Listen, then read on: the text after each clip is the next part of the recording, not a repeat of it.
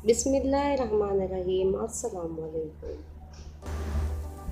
ढलकती हुई जिल्द को टाइट कैसे करें? तो चलिए नुस्खा नोट करें।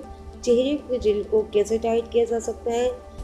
लटकती जिल्द को टाइट खूबसूरत दिलकश बनाने का आसान तरीका। जिल्द को वक्त से पहले झुर्रियाँ पड़ जाना या मुख्तलिफ क्रीमों के साइड इफेक्ट की वजह से जिल्द का लटक जाना या माजी की टेंशन के साथ की वजह से जिल्द पर झुर्रियों का पड़ जाना, इस तमाम मसाइल का हल इस दर्द झील नुस्खे में मौजूद है, जो कि घर में आप आसानी से बना सकते हैं।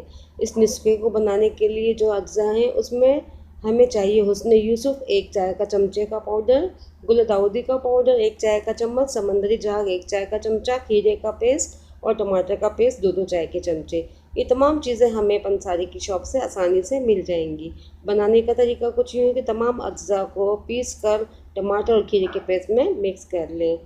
लगाने का तरीका, पेस्ट को पूरे चेहरे पर गर्दन तक अप्लाई करें। इससे पहले चेहरे को अच्छी तरह से धो लीजिएगा। 15 मिनट के बाद इसको लगा रहने दें। 15 मिनट तक लगा रहने के बाद पानी का स्प्रे करके हल्के हाथ से इसकी स्क्रबिंग करें और पानी से धो लें। एक दिन छोड़ के एक दिन आपने ये नुस्खा इस्तेमाल करना है।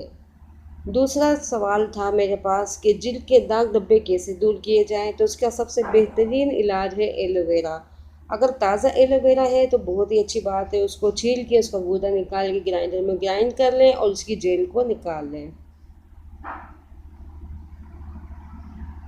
चेहरे के दाग धब्बे किसी भी तरह के हों, एक्नी हो, पिंपल्स हों, झाइयाँ हों, तो एलोवेरा सबसे बेहतरीन इसका हल है।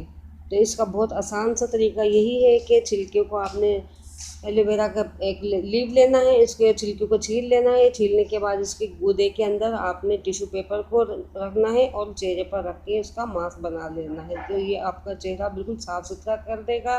उम्मीद है आपको पसंद आएंगी टिप। इजाज़त दीजिए। अल्लाह हाफिज़।